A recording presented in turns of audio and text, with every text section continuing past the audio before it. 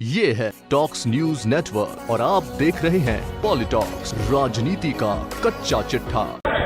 I beg to move for leave to introduce a bill to protect the rights of married Muslim women and to prohibit divorce by pronouncing talaq by their husbands and to provide for matters related therewith or is illegal thereto।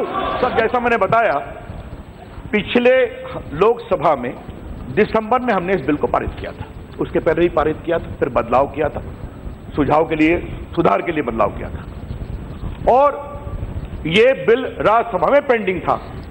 लेकिन चूंकि लोकसभा का कार्यकाल समाप्त हो गया, नई लोकसभा आई, इसलिए संविधान की प्रक्रियाओं के अनुसार इस बिल को हम दोबारा लेकर के आए। सर, एक बात मैं बहुत विनम्रता से कहना चाहूंगा, मैं सबों की तकरीर सुन रहा था। हम संसद हैं, हमारा काम कानून बनाना है और जनता ने हमें कानून बनाने के लिए चुना है। कानून पर बहस, इंटरप्रिटेशन अदालत में होती है। लोकसभा को अदालत न बनाए, अपने सॉवरेन पावर का इस्तेमाल करें, यह बात मैं पहले कहना चाहता हूं। Sir, please I didn't disturb.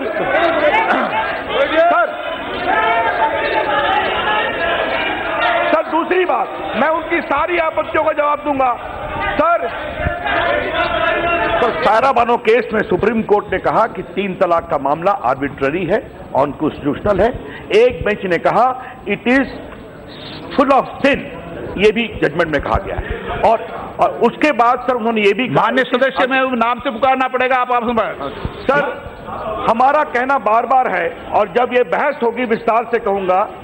ये सवाल, राहुल जी बैठिए, ये सवाल न सियासत का है, न इबादत का है, न पूजा का है, न धर्म का है, न प्रार्थना का है।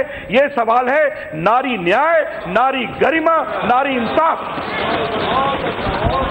और आज हमको अपने अंदर ये सवाल पूछना पड़ेगा कि आजादी के 70 साल बाद जब भारत का संविधान है तो क्या मतलब है कि खवातीन कोई हो, बहन कोई हो, कहा तलाक तलाक तलाक, तुम घर से बाहर, तुम्हारी कोई गुजारिश नहीं। और सर, एक बात बार बार कही गई सर, भारत के संविधान की बात कही गई, मैं जवाब दे रहा हूं सर। भारत के संविधान के फंडामेंटल राइट में article 15 non discrimination against women है और मैं उसका 15(3) पढ़ रहा हूं। Nothing in this article shall prevent the state from making any special provision for women and children। ये भारत के फंडामेंटल राइट में कहा हुआ। और जहां तक कंकरेंट लिस्ट की बात है तो डाइवोर्स का विषय आता है। अब सर, मैं आपको एक बात बार बार कहे कि जब वॉइड हो गया तो आप क्यों कर रहे हैं, तो सर हम एक बात खाली आपको बता। शशि थरूर जी, अधीर रंजन जी, माननीय मंत्री जी।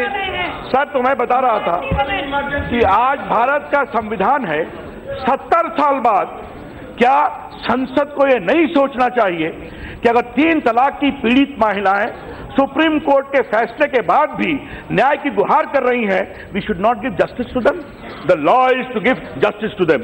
और मैं क्यों कह रहा हूं कि सर हमारे पास कोई डिटेल्स, सर मैं एक बात और कहूं सर, सुप्रीम कोर्ट के फैसले के बाद सर जो हम लोगों ने विभिन्न स्रोत से मालूम किया है, डिटेल्स नहीं है सर। और no no no not, I am replying to you, I am replying please, I am replying.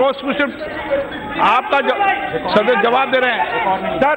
5 माननीय मंत्री महोदय के अलावा कोई रिकॉर्ड मिल जाएगा सर।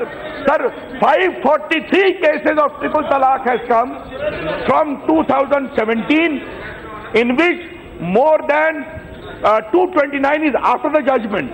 तो क्या करें, ये महिलाएं जजमेंट को अपने घर में टांग लें, इसीलिए डिटरेंस जरूरी है। और मेरे पास दिल्ली हाई कोर्ट का फैसला है जिसने ऑर्डिनेंस को अपहोल्ड किया है और ऑर्डिनेंस के बाद 31 केसेस आए हैं। इसलिए सर ये इंसाफ का मामला है, इंसानियत का मामला है, इस मुल्क की महिलाओं के लिए इज्जत आबरू का मामला है। इसीलिए हमारी सरकार खड़ी है सर और इस पर हमारी प्रतिबद्धता है सर। हमको लगता था कि चुनाव में हारने के बाद वो इस बात को समझेंगे कि अब थोड़ा सोचने की जरूरत है। मैं इस बिल को इंट्रोड्यूस करता हूं सर और सदन से आग्रह करूंगा इसको पास करें। ये है टॉक्स न्यूज नेटवर्क और आप देख रहे हैं पॉलिटॉक्स, राजनीति का कच्चा चिट्ठा।